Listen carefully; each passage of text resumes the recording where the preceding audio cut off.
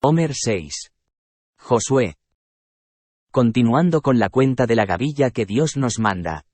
Hoy entramos a recorrer uno de los libros que narran los grandes acontecimientos del Dios de los ejércitos. De aquel que verdaderamente guarda a su pueblo. Después de haber entendido el propósito de santificación que nos da la ley de Dios.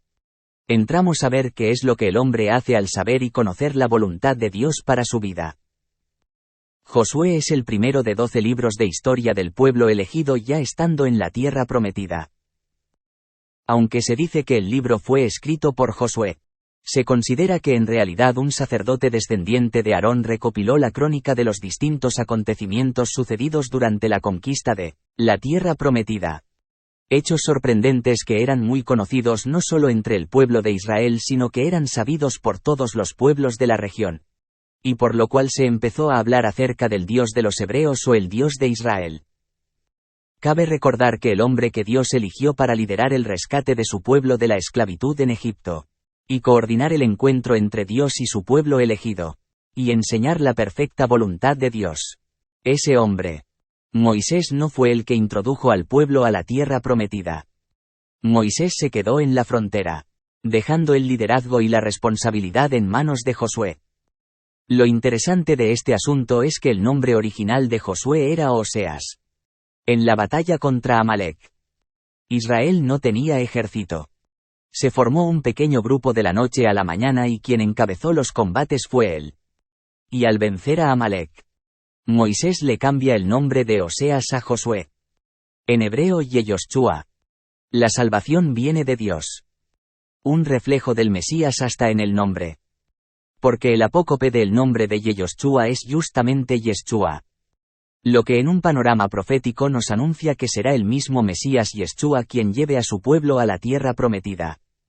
Lo anterior tiene una connotación especial.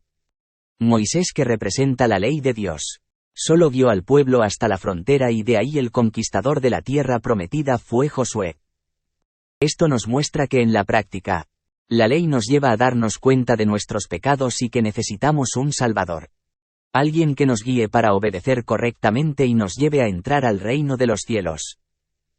Esto también nos muestra que no hay nada novedoso en el Nuevo Testamento, pues todos los libros compaginan perfectamente.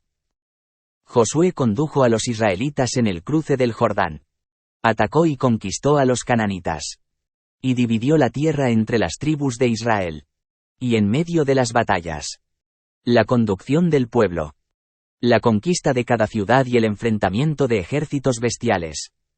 Dios se manifiesta nuevamente de manera sobrenatural, dejando en claro que Israel tiene un protector. Y así suceden cosas sorprendentes. Las aguas del río Jordán se detienen para que el pueblo de Dios pase en tierra seca.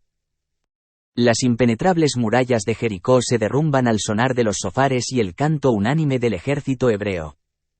Dios muestra su misericordia en la familia de la mujer que ayuda a los israelitas Rahab. Y promete que su nombre será recordado por generaciones. Pues además es parte de la genealogía mesiánica. 5 ejércitos poderosos forman alianza para enfrentar a Israel en una cruenta batalla que se prolonga por horas y horas.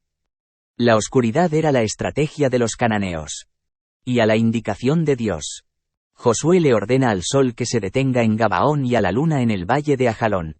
Israel, un ejército de descendientes de esclavos, derrota a 5 ejércitos sanguinarios en el día que Dios hizo detener el sol y parar a la luna. Y en alguna batalla más, Dios mismo guerrea al lado de los suyos, lanzando una lluvia de piedras en contra del ejército enemigo. En este libro vemos también que al entrar en la tierra prometida, la columna de nube se desvanece y el maná del cielo deja de caer. Pues Israel ya podía cosechar su propio alimento. Este es el libro de los grandes acontecimientos y las grandes emociones. Pero la parte más sensible del libro está en la despedida de Josué. Dios utiliza a Josué como su profeta y hace un resumen completo de la historia de su pueblo. Su familia. Desde el día que llamó a Abraham hasta el día que todos los pueblos de la tierra prometida estaban conquistados. Hay 2 características de Josué que llaman la atención. La primera.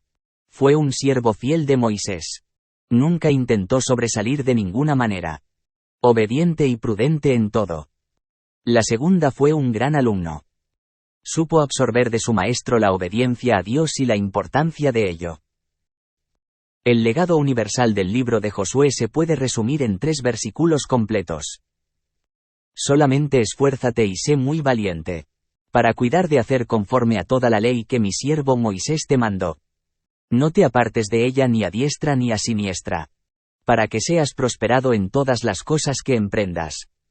Nunca se apartará de tu boca este libro de la ley, sino que de día y de noche meditarás en él, para que guardes y hagas conforme a todo lo que en él está escrito, porque entonces harás prosperar tu camino, y todo te saldrá bien. Pero yo y mi casa serviremos a Adonai. Es la semana 1. Día 6. Y faltan 44 días para el gran acontecimiento Shavuot, Pentecostés.